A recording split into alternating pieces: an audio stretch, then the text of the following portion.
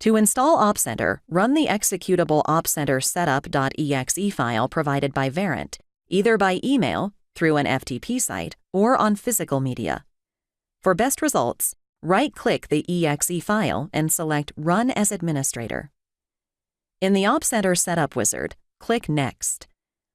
Always install the full-featured server version of OpCenter, not the Instant Alerts Only version. Click Next.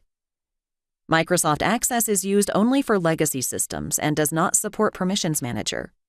If the customer has already installed their own SQL Server database, select that option. Otherwise, install SQL Server Express and create a new database. Use the default database name of Verint and the instance name SQL Express, unless those names are already used on the database server. Enter a secure, memorable password for the SQL Server Super Administrator, or SA account, that meets security guidelines. Immediately record the SA account password because you'll need it later to access the database. Click Next. Accept the license agreement. Use the default destination location or browse to a new one. For logon account, you might use the local system account, but a Windows Domain Service account is typically required if you integrate with Active Directory.